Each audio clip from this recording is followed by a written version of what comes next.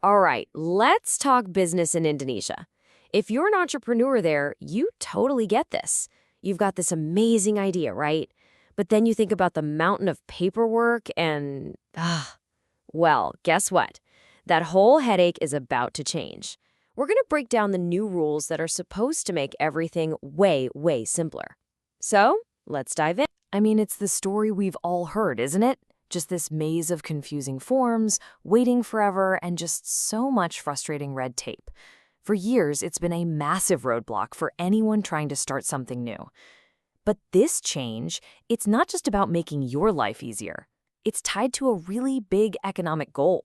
Yeah, this number right here, it's pretty much the why behind all these changes. The Indonesian government is aiming for a 15.67% average annual jump in investment. That's huge. But they know they're never going to hit that target if entrepreneurs are still getting tangled up in that old, slow bureaucracy. You just can't grow an economy that fast when people can't even get their businesses off the ground. So what does this big shift feel like in practice? Well, think about the old way.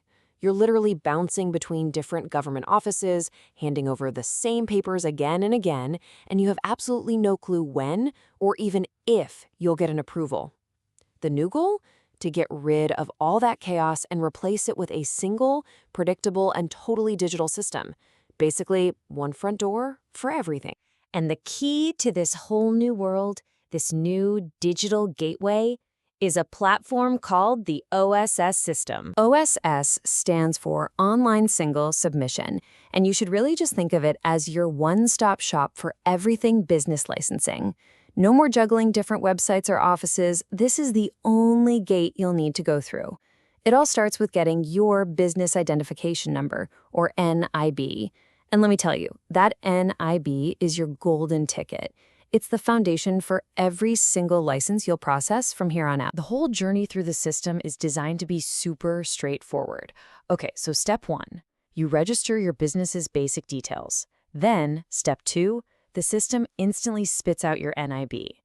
And now for the really smart part. Step 3, from this point on, every single thing you need to do is custom tailored to your business's specific risk level. And that brings us to what is, honestly, the biggest change in this entire system, this new risk-based approach. So forget the old one-size-fits-all process. The OSS system is now smart enough to figure out exactly what you need based on the kind of business you're actually running. Okay, so this is the million-dollar question, right? If the first step is knowing your risk, how in the world does the government figure that out? Well, it's not just a guess. There's a very specific formula they use. Basically, the system looks at a few key things. First up is your KBLI code. Don't worry, that's just a standard classification that says what your business actually does. Is it a cafe, a software company? Next, it looks at your scale. I mean, a tiny local coffee shop is obviously going to have a different footprint than a massive manufacturing plant.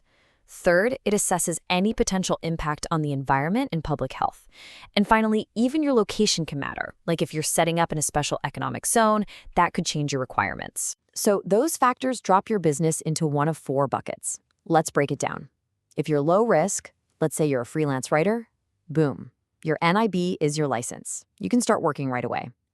For medium low, you get a standard certificate that's automatically issued with your NIB. But here's where it gets interesting. For medium high, you need that same certificate, but it has to be verified by a government agency. That's an extra step. And finally, for high-risk businesses, you'll need a full-blown license, or ISIN, which requires both verification and approval before you can even think about opening your doors. All right, now for any of you planning a business that has a physical location, like a shop, a factory, an office, there's a foundational step you have to clear before you can get that final license. They're called the Persyaratan Dasar, which basically just means the basic requirements. And these requirements really boil down to 3 core approvals that are the bedrock of any physical business. You've got your KKPR, which is land use approval, then your environmental approval, and finally, your building permits, the PBG SLF. Now, not every business is going to need all three, of course, but for those that do, they're absolutely non-negotiable. Let's zoom in on that first one, the KKPR.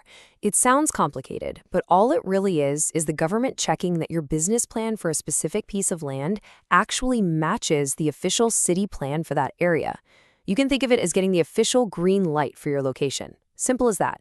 Without it, you're pretty much stuck. And here's where this new system really starts to shine, by delivering on that promise of predictability. In the old days, getting these approvals could take, well, who knows how long. It was a total black box.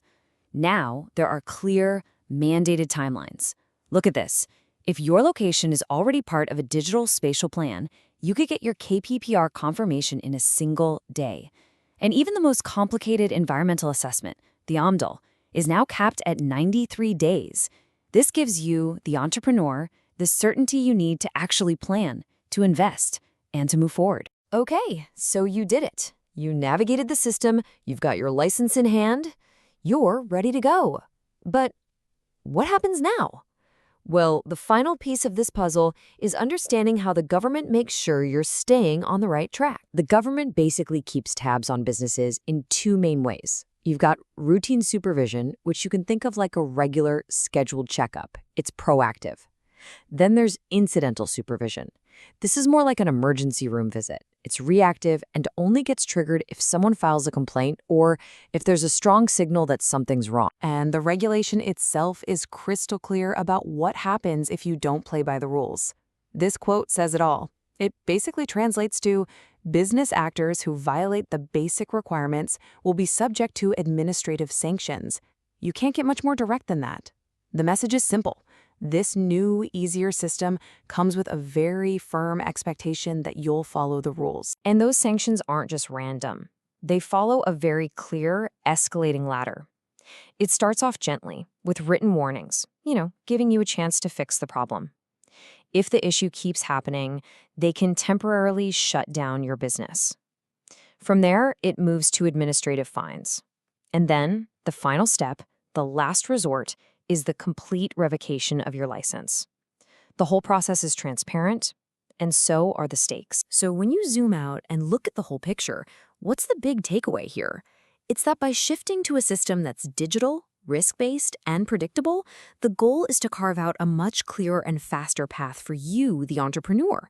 It's all about swapping that old uncertainty for new clarity, so you can stop worrying about paperwork and actually focus on building your dream. So, really, the government has just handed entrepreneurs a brand new digital map and a much faster car. The old roadblocks are being systematically cleared away. The only question left is, what are you going to build with it? The tools are now in your hands.